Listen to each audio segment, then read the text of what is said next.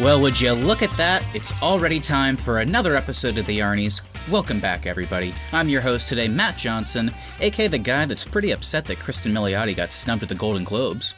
I'm Keith Baker, aka the guy who installed a shower lock, just in case James Bond shows up. And I'm Austin Terry, aka the guy that thinks Rocky is a boring movie. Golly, it's just a ragtag group we got on this podcast.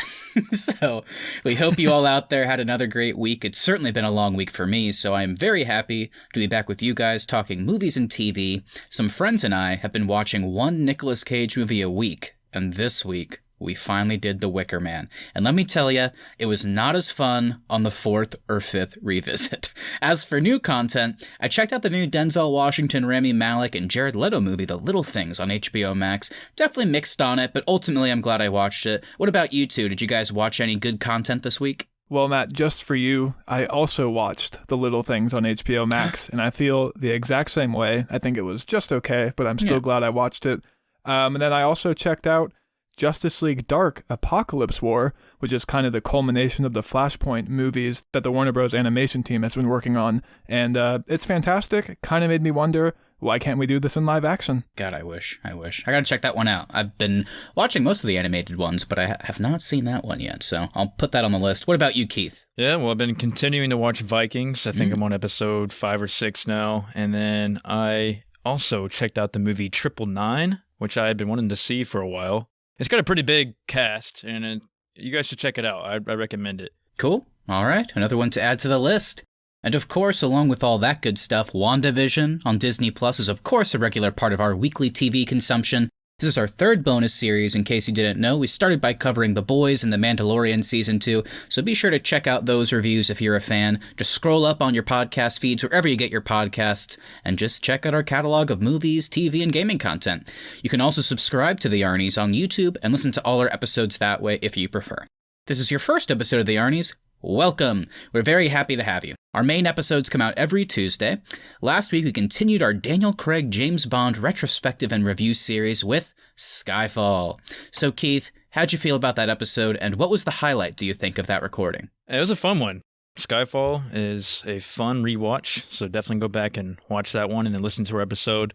Highlight of that recording, man, there were so many good moments, but we all know it. The funniest part is probably breaking down, and we said at when I said at the beginning of this, is breaking down the shower scene with James being creepy. Yep. That's probably one of the funnier moments, but yeah, just a fun rewatch overall. Totally agree. Lots of good stuff in there, tons of Home Alone references, and we even imagined an alternate universe of what if Macaulay Culkin had been in that movie. We kind of pretended about some of the lines that could have come out, and man, we were laughing. So go check that one out. You'll have a good time. As for this coming Tuesday, we are finally returning for part 2 to our first ever game of Dungeons & Dragons. We released the first part a couple weeks ago, and it's time to wrap up the first chapter of our campaign along with our special guest, Nick from the Very Good Adventuring team. Austin, since this concept was your idea, why don't you tell me how you think this episode is shaping up, and what can people expect from part 2 specifically? Yeah, man, part 2 is really fun. We got to give another shout out to Nick, of course, from the Very Good Adventuring team. We really would not have been able to do that episode without him. I think it's safe to say part 1, we were still kind of getting our feet wet, learning the rules a little bit, and part 2 is a little bit more action-packed, so be sure to look out for that on Tuesday. Nice. I'm excited. I totally agree. I think that's the best way to put it. Part 1 is definitely, I think you can get some enjoyment out of it just to see some people that have never played D&D try and figure it out. But this part, we definitely took our time, and I think we actually made it pretty interesting, and it sounded like Nick might have agreed. And I think for some newbies, we made some interesting choices, so check that out. Stay tuned. And yeah, that's pretty much it. Clearly, we have some great content out now and some more exciting stuff on the way. It's going to be a great few months. Also, we want to hear from you. Keep that in mind. So send us a message on Instagram @TheArnies or email us, thearniesmedia@gmail.com. Let us know how you're feeling about WandaVision so far and all this other fun content. And of course, speaking of WandaVision, it's time to return to the mystery of Westview for the 5th and Full House Growing Pains, Who's the Boss, and Roseanne-inspired episode of WandaVision.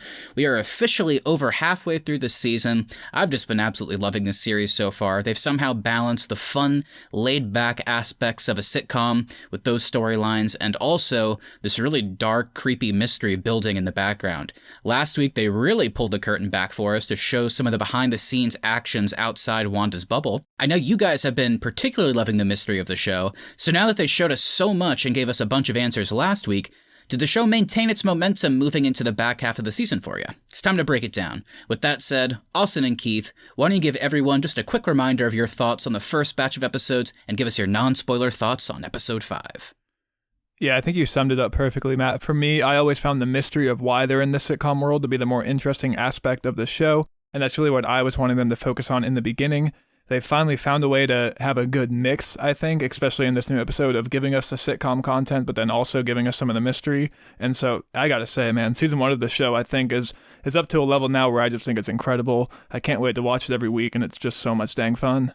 I think I have to echo what you just said, Austin. It's been a fun ride so far. The first 2 episodes were, a bigger mystery with the whole sitcom thing and not knowing what that was. And now I am glad that they kind of revealed a little bit more to that and what's going on behind the scenes. I think this episode is definitely drawing up a lot of questions, so I don't know about you guys, but I got some questions. Oh, yeah. I think that's a good point, Keith, because last week we were wondering, where do we go from here? They gave us so much, and now I think I have just as many questions as I did last week. I don't want to echo you guys too much. I just want to jump in, but just to give my quick non-spoiler thoughts, I totally agree. I was worried last week. I did love last week's episode, but the only thing that I think had me a bit down on it was what Austin just said. It's like, really? You're giving us every single answer at once? I don't really love the way they handled that.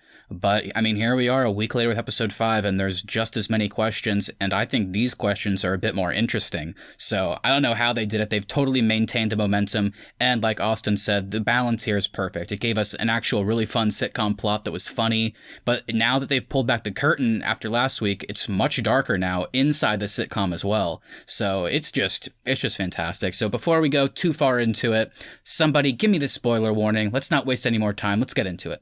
This is it, everybody. This is your spoiler warning. If you have not seen episode 5 of WandaVision, do not listen any further because we are going to spoil everything. So give us a pause, go check it out, and then come on back to hear our thoughts.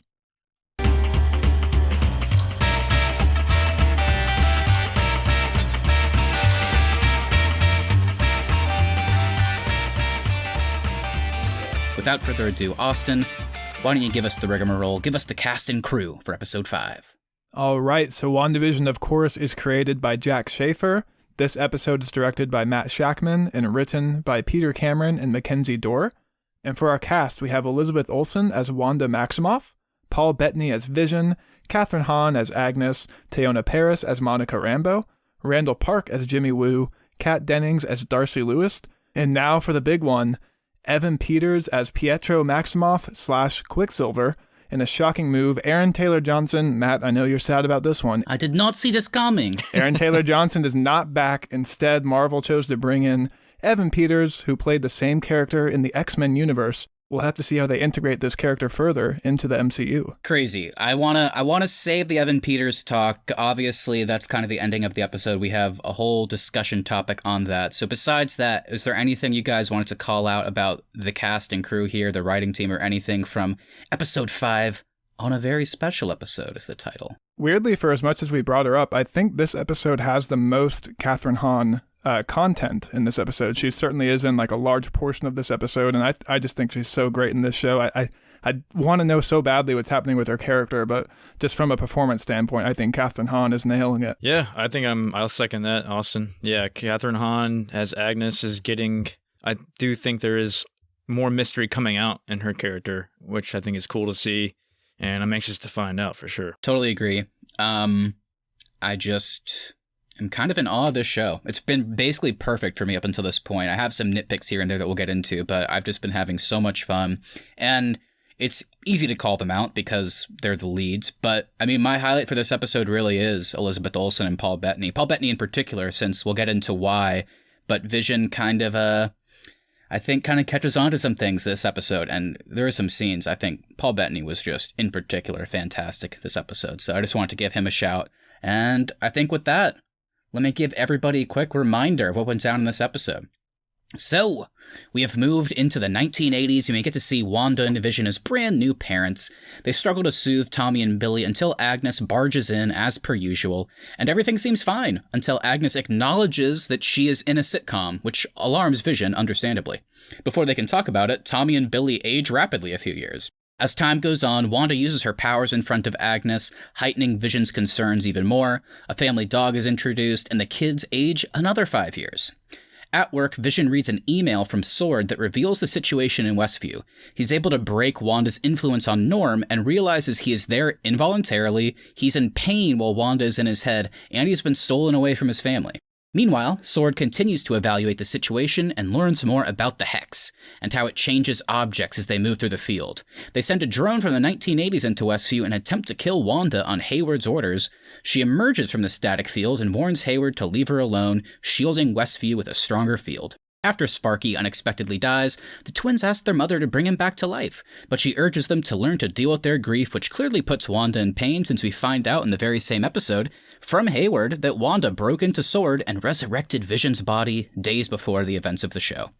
Vision returns from work and confronts Wanda about controlling the town, but Wanda says that not everything is under her control and that she actually doesn't even remember how this all started. They are interrupted as usual. We thought it was going to be Agnes, but no. Pietro Maximoff, aka Quicksilver, arrives at the front door. Watching the broadcast, Darcy notes that Pietro has been recast, and may or may not look eerily similar to his Fox X-Men Universe counterpart. A commercial during the WandaVision program advertises Lagos paper towels for when you make a mess that you didn't mean to, of course referencing Lagos when Wanda Maximoff basically, I don't know what you want to say, she destroyed a building and killed a bunch of people during the events of Civil War on accident. So there you go. That's our plot. Dude, that scene when Wanda emerges from the Hex is so good. She looks so intimidating. I know. Well, it was so weird because I forgot like her hair color. I forgot that's what her outfit looked like. And she was speaking in her accent, which I was like, oh, so it's kind of weird because we've seen her like break character in the sitcom and she wasn't using it. So it was kind of jarring in a cool way. But what a great scene. I totally agree. As great as Elizabeth Olsen is in this show, still hasn't quite nailed the Russian accent. I will say, though, Evan Peters is much worse, I think. His accent is just... Well, he wasn't doing one, though. He was just doing like an 80s accent, I feel like. Whatever he was doing, I thought he was trying to be Russian, and it sounded terrible. I don't think he was. I don't know what he sounded like. I was confused by that. He's like, it's me, your brother. Well, yeah, I thought he was being just like, clearly the way he's dressed, I thought he was trying to be like the kooky, well, because they also set up he's the long lost brother, so he's kind of like a layabout, like loser 80s sitcom character. So I kind of like that whenever he's like in, it's like, I can't give a hug to your long lost brother. I don't know. It was cool to see him, but I really hope he drops that chick in the next episode. And I bet he will, though, because it's going to move to the 90s next week, and so they're going to do what they always do in this show, which is the characters will change a little bit, and they won't acknowledge it. So I bet they were just doing that for the 80s. I think he'll be not doing that next time around, because he didn't speak at all with an accent in the X-Men movies. In fact, his name was Peter Maximoff in those movies, which I always found weird. So I think we'll be okay. I hope so. All right. Well, I'll go ahead and start us off today with our roundtable discussion. We have a lot to talk about, so let's just get into it. Like I kind of already said, this episode was perfect to me. I didn't expect to already see the balance of the show fully formed after the last episode being completely S.W.O.R.D focused. I love that the episode was a little bit longer than the others in order to focus on the sitcom, but still have time to fully cut away.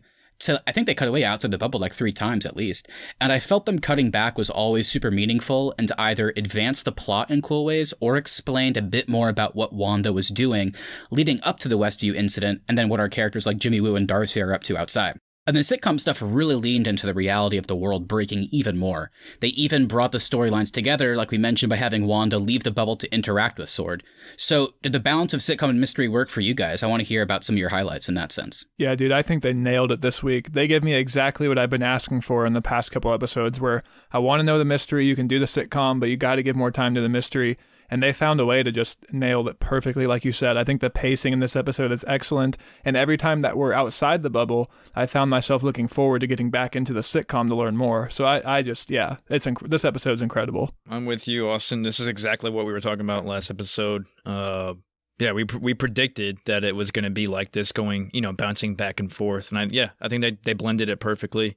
And I like that they're still doing the live audience thing in the sitcom. I was kind of worried they were going to take that away, and it would just kind of be them and bouncing through the different decades. But I'm glad the entire sitcom thing is still there. Well, and I also love how every time the live audience goes away, that's when shit's about to go down. Yeah, it's kind of a cool audience cue. Exactly. Yeah. Another huge highlight for me this week was the Wanda and Vision drama in this episode. Last week we were saying that Vision had a weird look on his face, and this episode kind of kicks back up with, Vision is not fully on board with any of this stuff anymore. So what did you guys think about their interactions? Vision now being fully aware that nothing is right in the town he's living in, and then also that final fight scene between Wanda and Vision as well. I really enjoyed the part where Vision turns Norm back into his actual self for like a minute or so. Mm-hmm. I thought that was really cool and kind of scary, actually. He's like screaming for help on the inside. Yeah, such a crazy character break. Such a great scene. And it made me think about the scene from the first episode when Vision uses his,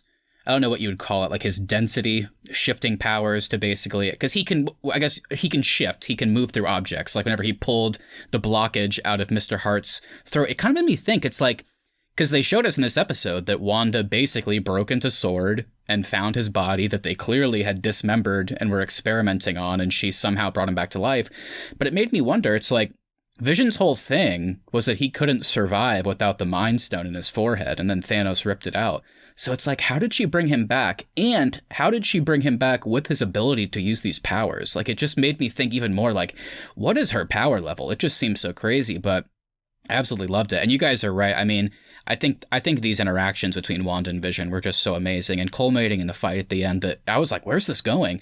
And it was actually emotional too. I mean, Vision talking about like, I don't even remember who I am. I don't remember, you talk about before. I don't know what that even means. I'm happy here, but it's just not good. And I like that Vision was almost like the audience proxy when he's like, Wanda's saying, isn't our family unit enough for you? And he's basically like, of course it is. Hell yeah, it is. But the cost is too high. These people are hostages here. Like, that's not okay. And like, I loved how he was like, Norm is in pain, Wanda. That was the first thing he said. He was like, he's in pain. Whenever he's under your influence, it's not like it's not like he wakes up from a nap. It's like, it was actually painful. And Monica Rambeau echoed the same thing. And he has a family that doesn't know where he is. He can't contact them. Like the cost is too high for us to have this life. And her breaking down and then that leading to Pietro with that interruption. It was just, yeah, the Wanda and Vision stuff in this was top notch. I don't know how Paul Bettany does it, because midway through the argument, that first it starts off with him in human form, and then he switches to android form. And regardless of whether he's in character as Vision or as a human, he conveys so much emotion on his face. And I was really feeling for him during this argument. It was so good. And I liked that Wanda kind of tried to do for the third time in this show, because we saw her with the beekeeper. She rewound time to kind of ease Vision's mind, like when he was like, what the hell's that? And then the third episode when he was like, Wanda, everybody's like the neighbors are, something's wrong here. And then she did the little like jump cut glitch and then eased his mind again. And in here she tried to do it. Whenever she tried, he was like, this fight's not over. And then she's like, I'm gonna go to bed, because I guess it's like when we go to bed, it advances time in this world in a weird way. He even said, I'm not going to bed, and then having you rearrange the world again. So yep. I guess it's implying that she's doing this while everyone's asleep. Yeah, well, I think that's important to mention, because they said that Wanda stole Vision's body 9 days ago. So, I mean, they're jumping fast in terms of how time moves I think the people in the world, maybe it's slower for them, but in terms of actually the actual time, it's pretty quick. So it makes sense that she does it like day to day. And even the kids acknowledged that. They were like, why is Dad at work? It's Saturday. She's like, no, it's Monday. So it's kind of this, just a weird thing, but so good. And then she tried to force the credit roll, and then he just kind of bursts through it, and like Austin said, he switched to his android form. So it was so good. So Matt, you did bring up Wanda's powers there, and I have a question for you guys. Are they leaning too much into Wanda's powers level in this show, do you think? Because there's a character in this episode has a line where basically they're like, Wanda could have handled Thanos on her own. And it's like, I know she's powerful, but is she really that powerful? Like, I always thought, like, the way it's kind of been explained to us in the MCU is that Captain Marvel is like the most powerful Avenger. I guess I'm just curious how powerful Wanda is supposed to be in this universe. It's a good question. I did like that conversation though with Jimmy Woo and Darcy and Monica, because they were both right, because they were like, well, Wanda could have taken Thanos on her own. it does kind of beg the question how they knew that. It's not like they were there. Yeah. I don't know, whatever. But the point is, when we watched Avengers Endgame, whenever Wanda returns from being snapped, they were right, technically. Whenever she gets there, she's the only one that gives Thanos a run for his money. She basically, like, does her crazy hand motions, lifts him into the air, and it seems like she's about to rip him apart. And then they called it out in this episode. The only reason she didn't finish the job is because Thanos had to literally call in, like, a suicide bombing strike that, like, landed on them, too. So she probably could have done it, and then they were like, well, Captain Marvel could have too. But I get what you're saying. And this is a problem I have with a lot of superhero content. I feel like superheroes, as time has gone on, are so less defined. It's like, you miss the days when you have Flash. Flash's superpower, he can run real fast. You know what I mean? That's really it. And you can do some cool stuff with that. It's like, he can run so fast that he can, like, go back in time. It's like, it's pretty easy to digest. But then you have Superman, who has, like, every superpower in the world. It's like, that's kind of annoying. Wanda, I think they've botched it in the MCU up until this point, because they've said that she's a telepath, and they've said that she can move objects with her mind. And that's really it. That's all she's been. In the comics, there's way more to it than that. In the comics, she can, like, bend reality and stuff like that. So it's kind of like 0 to 100, I guess you could say. Like, this show is just all of a sudden going into that.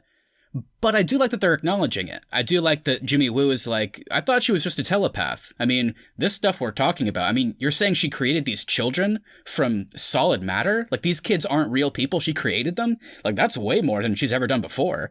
So at least they're acknowledging it, but I do kind of get it at the same time that it's like, maybe it's a bit too much too quickly, and it's not super well defined, but I'm hoping the rest of the season goes into it. And to be clear, I don't hate it by any means. I'm just so curious, like, what her power level is supposed to be in the MCU. And I'm hoping, I'm sure we're going to get this, but I'm hoping we get either a scene in the show or maybe in another Marvel movie where they explain, like, hey, here's how I knew I could do all this. I'm sure we're going to get it in the show, but then I hope they don't, like, change. Like, I hope we don't go back to the movies and then she's still, like, just kind of turning her hands red and flicking things around every now and then. Like, if they're going to make her this powerful in the show, I hope they continue it into the context of the movie universe as well. It's a good point. I agree with both of you guys on all that. The thing I'm thinking about, like, the Hex. So it's this giant energy field. I just don't see, maybe she is able to constantly maintain that, but I don't know. I'm thinking there might be something external that we're not seeing that might be helping her do all this. I agree. That kind of takes us into Agnes, Keith, and I gotta know what the hell is going on with Agnes. Like, it's almost like she now sees herself as an actress within the Hex. Like, there's a scene where she's like, hey, can we take it from the top? So Yeah. What are you guys thinking? Does she still have her own plans? Back to your point about how if she's controlling the Hex, like, how much of this universe does she actually have control over? And she always comes in at the right moment. And then, like you said, that take it from the top thing, she says it so nonchalantly, like as if her and Wanda have, like, something behind the scenes going on. Like, she's like, oh, you want to take that from the top? But she almost seems scared, too, which almost makes me think that she's a victim. Yeah, I think they could make a play either way at this point. If they go with that she's just another victim, it begs the question why last episode she wasn't included on that board whenever S.W.O.R.D was putting together, like, people's profiles, because she's like the main one. So I do feel like there's more to her character, but they could maybe do both. Maybe somehow she's a victim and also a victimizer. I don't know. They also bring up that terminology when describing Wanda in this episode. But I really don't know. It should be noted that we have seen other characters in the sitcom break a little bit, like Herb and the Doctor clearly about to mention, like, so hard to leave, or I'm stuck here. But nobody has done what Agnes did. People have acknowledged that they're stuck. Nobody's acknowledged that this is a sitcom. So that was a pretty big deal, I thought. So I don't know why. I don't know what she could be doing, but tying back to what we were just talking about, I think they could make a play that, and to Austin's question about how Wanda's powers work, maybe she's just she's way more of a telepath than we thought. Like, it's totally possible for her to, like, kind of mind control 1,000 people at a time in this town. Maybe, though, because she said she doesn't know how this started. So maybe Agnes, or whoever the villain ends up being, maybe they created the force field and they're maintaining it, and just somehow through manipulating Wanda's grief, turn to her kind of controlling these people's minds without maybe knowing. So I don't know. It's hard to say how they're going to do that. And she kind of brings that up too in the argument when she's like, Vision, you really think I'm doing all this? I'm making sure these people get to their dentist appointments. Like, I'm making sure they all go to bed. Like, she's like, I can't control all this. So maybe there's got to be something else at play here. Because if she really is doing all this, at what point do her powers get drained as well? I don't know. I can't wait to find out, but I think they're just going to, I don't know, man. I don't know. It feels, doesn't it at this point though feel maybe too easy that Agnes is a villain? I feel like there will be a villain, but maybe it's not going to be her. I do think she is in on something in some sort of way, because so part of the argument with her and Vision starts with her doing her using her powers in front of Agnes. Agnes bends over to like help the kids with something like that. She just does something quick with her powers, and Vision's like, "What the hell are you doing? Like, why are you using your powers in front of her?" And she's like, "Oh, it's okay. It's just Agnes." Yeah. And then he's, "Oh, okay." What does that mean? I really don't think she's a villain anymore after this episode. One reason because she looks so scared whenever she's like, "Hey, take it from the top." Like, she looks really scared to ask Wanda that question. And then the other thing being, whenever the dog dies at the end and the kids are like, "Mom, just bring him back from the dead. You can fix anything." Agnes, under her breath, goes, "You can do that?" And she seems really surprised by the fact that Wanda would be able to do that. That's I feel like a villain wouldn't be asking that question. Yeah. That's a good point. I really don't know. I just don't know. I kind of lean towards what Austin's saying. I just feel like maybe like they were hoping they could use Agnes as like their big red herring for the season. But now as time's gone on, it's like now everybody thinks that. It just seems too obvious. I don't think Marvel would do that. I think she could be in on it, like Keith said, but I think there might be something more sinister at play, especially when they confirm that Wanda doesn't know how this started, which I think obviously implies she didn't create it. She just woke up in this sitcom, saw the family unit, and was like, "I don't care." And that's kind of what she's saying to Vision at the end, too. It's like, why do you care? We have a family. Just be happy. Like, I know this is weird, but let's just go with it. So I kind of like that aspect of it, too. Kind of another fun thing to bring up. We're talking a lot about people's powers, how the hell, that all works. And I'm curious. I mean, what do we think the future holds for Tommy and Billy, the weirdly fast aging kids? I mean, they clearly have their own powers in this world.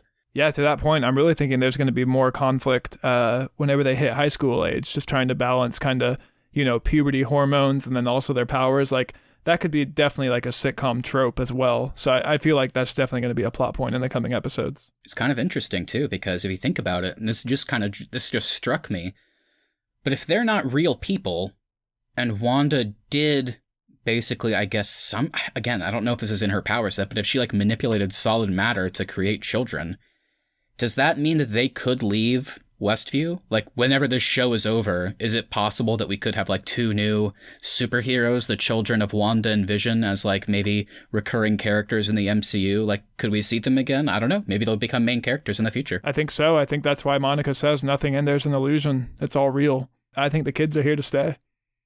It's just everything that goes in there, though, reverts to the time of which decade it's in. So they had to send that 80s drone in there. They couldn't have sent a modern-day drone because then she would turn it into something 80s and wouldn't work or whatever. So they had to send an 80s drone in there, which I thought was kind of cool they did that.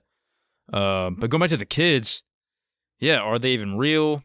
Or if they, like you said, Austin, if it's nothing in there is illusion, would they maybe revert back to like a babies whenever they get out of the hex? Yeah, I don't know. I don't know. They could do anything. What age would they be? I wouldn't be surprised actually if that's how this all ends, because I feel like the show will end with Vision, like, being dead again. But maybe they'll find a way to keep the kids around, which is maybe a way Wanda kind of fully leaves behind some of this villainous plot and like embraces that aspect. Like, I'll continue to raise the kids and then move forward from there. But I don't know. I'm really curious. So I think the politics of S.W.O.R.D are, starting to pan out somewhat to what I was predicting, in the sense that half the crew thinks that Wanda is a terrorist, while the other half thinks that something bigger is going on to drive her to carry out the things that she's doing. So Jimmy and Monica are definitely battling it out now with director Hayward. Do you think he's a good guy that's just trying to do good and kind of just has a different perspective on things? Or do you think he's secretly trying to frame Wanda and there's something bigger going on with him? I kind of hate what they're doing with his character. Like, this is just such an easy plot to follow. Where like, oh no, the latest director of the government organization doesn't trust the superheroes. Like, at this point, like, we're so deep into the MCU. We've seen this already with S.H.I.E.L.D. I guess we have to go through it again with S.W.O.R.D. But it's like, how many times do they have to save the world to earn the benefit of the doubt? Like, at this point, this late in the MCU, we should not still be doing this tired plot. Yeah, I agree. I think I don't totally hate what he's saying. Obviously, I disagree with it, but the writing behind what they had him say is fine. I just don't think it was executed super well, because whenever he's saying like, so they started off as villains. They worked for Ultron, right? And then Monica's like, well, yeah. And then it's like, and then she like killed a bunch of people in Lagos, right? It's like, well, yeah, that's true. Which started the Sokovia Accords, remember? It's like, yeah, I guess. And then it's like, I get what he's saying. And now here we have thousands of people hostage, and she's maybe the one doing it. Is this really out of her MO? Is his whole point? And I'm like, okay, as an audience member, I can at least get what he's saying. But it's just handled so weird. Whenever he's like, tell me, Jimmy, does she have a weird superhero name? And he's like, no. And they use that as like an argument that she's a bad guy. I was like, what? Like, that doesn't make sense. I really thought this is when Jimmy was going to be like, yeah, Scarlet Witch. Dude, if they had done that, though, that would have been worse. If this was the way they introduced her terrible. superhero name, that would have been so bad. He's like, oh, I don't know, but her clothes are red, and wow, what crazy hand movements. She's the Scarlet Witch.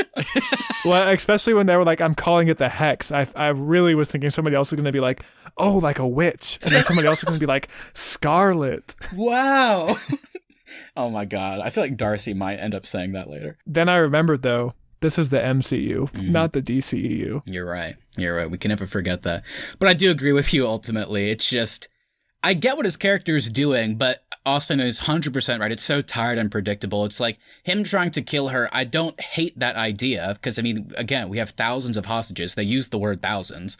And it's like, if you think remotely she could be the person responsible, I get it. But again, it was just handled so poorly and it ended so badly. There was no way that was going to end well. Why did you think a missile would stop Wanda after what you've seen? It's just, that's stupid. So how many times have government agencies fired missiles at superheroes in this world and not had it work out exactly the way they thought? Like, when do they have like a bulletin in the government employee handbook where it's like, do not shoot missiles at superheroes? She's literally a telepath. We've been talking about that. Even if you shoot it, she's just going to grab it and destroy it. So, I don't know. Just goofy. But, yeah, I mean, any other thoughts? I mean, I think the question, though, like, of is S.W.O.R.D, is there an ulterior motive, could be an interesting conversation. I think right now I'm more leaning towards they're trying to do good. It's just that director Hayward might have taken the whole... I think they should have played the slower game, which it seems like that was Monica's plan. Like, let's take this a bit easier. Let's work the angle. Let's try and communicate with Wanda, tell her that this is dangerous. She's hurting people and she doesn't know it. And his response was just to try and kill her immediately. So I don't think they're bad people. I just think they handled this scenario wrong. Do you guys agree? Like, what do you think? Is S.W.O.R.D going to have some crazy reveal to be evil? I don't know. I think Director Hayward, he was arguing with Jimmy in a way, kind of like passive aggressively there in the meeting they were having, and he was kind of, he was, like you said, he was going through his summary of who they were and all that, and then Jimmy was like, that's a bit of an oversimplification, and you can tell he just didn't give a shit. He's just trying to do his job. So I think that's what it is. I think the guy's just trying to do his job and do good for the country, and he's just looking at it in the sense of, there's an entire town being taken hostage, so I don't think he's really I don't think he cares about the whole superhero aspect, whereas I think Jimmy and Monica and them are looking at it more from an Avenger perspective, I guess. Which I like, because they have experience. Jimmy with Ant-Man, Monica with Captain Marvel, so maybe you could even argue that, and if Hayward doesn't, then it's like, I'm not saying I wouldn't, but somebody could make the argument, like, if Hayward in the next episode said, why are you arguing with me, Jimmy? You're fucking best friends with Ant-Man. Monica grew up with Captain Marvel. You guys are biased. I don't care. I'm trying to do my job. Like, they could have that line and it could make sense. So, it's one of those things. And on that note, I don't think S.W.O.R.D as a whole is going to be evil, because they've kind of established it was founded by Monica's mom, right, who was best friends with Captain Marvel. So I don't think there's any way S.W.O.R.D would have ulterior motive against the Avengers or the superheroes. I agree.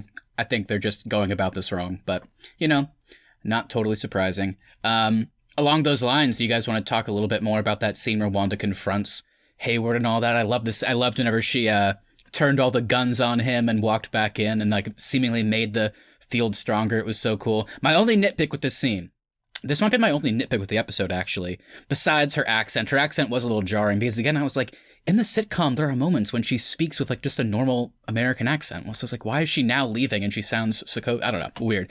But I just thought it was weird. Like, if it was me out there, if I was Monica, I would the whole time while this is going down, I would just be yelling at Wanda, you're killing these people. There's radiation. We're tracking it. We're measuring it. It's dangerous. You're going to kill these people. We know you don't want to, but you got to stop. And no one ever says that. Monica's just like, Wanda, we know you don't want to do this. And it's just like, get to the important stuff. Get to the important stuff. She never does. Devil's advocate here. They haven't yet said that the levels are dangerous yet. It's just tough because now Wanda has no reason to stop because she thinks it's safe. I mean, they could have maybe slipped that in there. I don't know. Any other part of this cool scene you guys wanted to call out? I certainly did not expect her to leave the bubble midway through the show. Like, I didn't think she'd be leaving the bubble willingly. Like, I guess I was kind of expecting, like, once she leaves the bubble, the trance is going to kind of be, like, worn off for her as well. But the fact that she walked out, was like, leave me alone, and walked back in, that totally caught me off guard. Yeah, same here. It came up fast, but I did like it. Her coming out, and she looked badass, and she was in her original attire from last we saw her was in Endgame. So, yeah, that was cool. So, moving on here. Maybe you guys can help me out on this one. But who is Monica referencing when she refers to the aerospace science engineer that could help them out? Am I missing? Is this supposed to be like a obvious thing? Like, is it Bruce Banner or is it? I don't think you're missing anything, Keith. I think this is one of those things that people are speculating on. The one thing I've been seeing, because they did announce at the Disney Investor Day that the guy that directed the Spider-Man movies is directing a Fantastic Four movie. So it could be Reed Richards, Mr. Fantastic.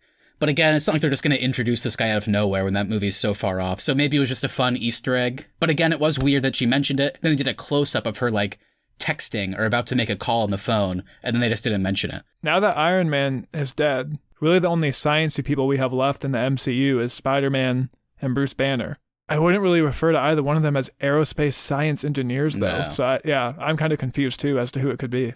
It would kind of be weird if Peter Parker just swung up one day and He's was like like, 15. hey, I'm Pete. I'm here to help, you know? Yeah. So, I don't know.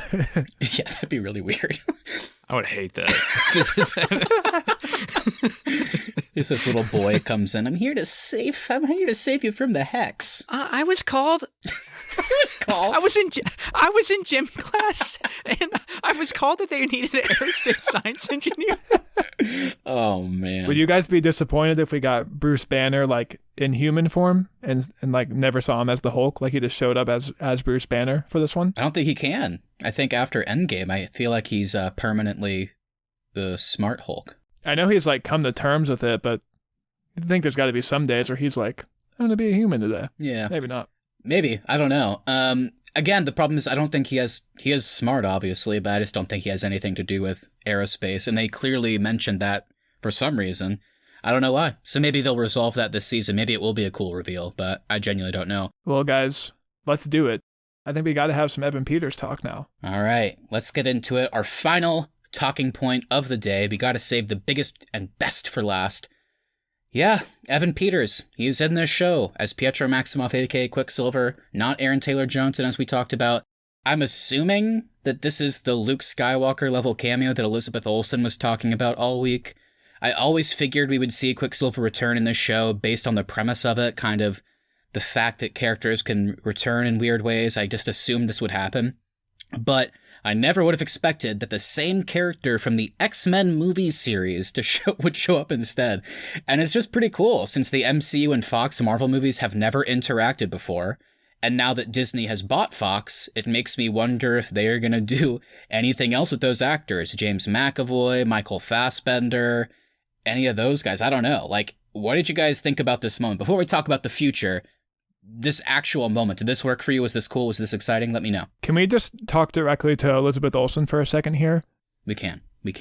There's nobody in the world that would consider Quicksilver is on the same level as CGI trembling lip de-aged Mark Hamill as Luke Skywalker in The Mandalorian. Like, yeah, you can't throw that out there and then it's just Pietro Maximoff. I agree. If it had been Aaron Taylor Johnson, though, I'd agree with you a bit more. I do think the Evan Peters thing is genuinely shocking. My jaw was dropped last night when I was watching this, because, I mean, it's just crazy. I mean, this was the Fox movies that never could cross over. They could never mention. If you guys remember when they did the X-Men movies and they introduced Quicksilver back in Days of Future Past, it was like, oh, that's cool. And then Age of Ultron was coming out and they had this whole thing. They were like, hey, Fox owns the rights to X-Men and the word mutant. So even though Quicksilver and Scarlet Witch are mutants, you can't call them that. You can't mention that Magneto's their father. You can't, like, do all this important stuff with the character. And now they're interacting. It's like mind-bending to me. So it was cool. I do agree with you. This is not Luke Skywalker level.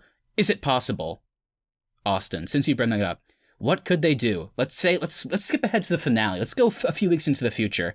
What cameo could they do that would make you go, that was Luke Skywalker level? First of all, though, in all seriousness, I do got to say, I did not realize how important this show was going to be to the MCU. Like, they've officially brought in the X-Men now, essentially, with Evan Peters being in here. So, like, that's crazy. And it was such, like, a low-key moment. He opens the door in a sitcom, and now the X-Men are here. It's like, that's crazy. It's crazy. But dude, I've been seeing so much speculation, and now that Evan Peters is here, is Magneto the villain? Is that possible? I don't know. I've seen it so much. Could that happen? I don't know if he's the villain. That would be a Luke Skywalker level moment for me. If Michael Fassbender popped up, that'd be pretty cool. Yeah, I mean, just Magneto in general. Like, that would be insane. On a sitcom show, Magneto walks in? Like, come on. That would be cool. I'd probably enjoy that more than CGI de-aged Mark Hamill, honestly. I think we all would. I like Mark Hamill. I like Luke Skywalker, but that lip was just trembling a bit too much for me. What about you, Keith? Talk to me. How'd you feel about this moment? Was this cool for you? Because I'm gonna be honest with you, Keith. When I watched this episode, I was so excited and curious to see what you would think of this. So please inform us. What I have to say is going to sound really ridiculous because it is ridiculous. I'm ready. You know how it showed the back of his head before we saw the face? Yeah. I'm going to try to say this out laughing. You know how his hair was gray? Mm-hmm. I was thinking, is that fucking Michael Douglas? I really thought that Michael Douglas from Ant-Man somehow made his way into this thing because it looked exactly like his head from the back. Oh, I love that. That was my first thought. I love that. And then I was actually kind of disappointed whenever I saw Evan Peters. I was like, are you kidding me? I really thought that was Michael Douglas. But then I was happy to see that it was Evan Peters from X-Men. And what do you think, Matt? What is there a cameo they could do at the end for you that would be Luke Skywalker level?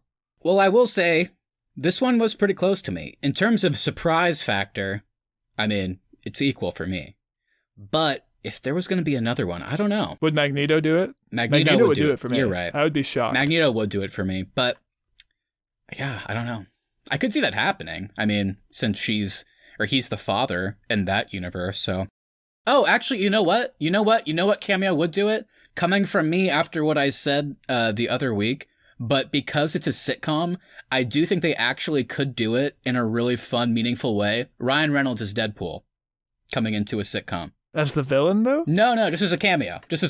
He's just laying on the couch eating pizza or something like that. Yeah, that could be fun. I was thinking that too. I was like, man, that would be fun if Deadpool popped up in this. But then I was like, it wouldn't make sense as a villain. But no, that would be cool too. Just even getting away from this show for a second, I'm so excited to see how they decide to have Deadpool pop up in the MCU. I can't wait for that moment. It's going to be good.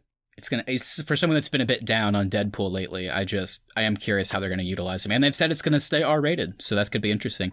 So yeah, now that we've talked about kind of just how the moment played out and what it meant and how cool and crazy it was, how do you guys think that, I can't even believe we're saying this, because I assume this is more than a cameo, so what the hell is the point of this? Because right before this happens, Wanda says to Vision, I did not do this. Like, it's whenever the doorbell rang, that's not her manifesting this moment. So someone else did.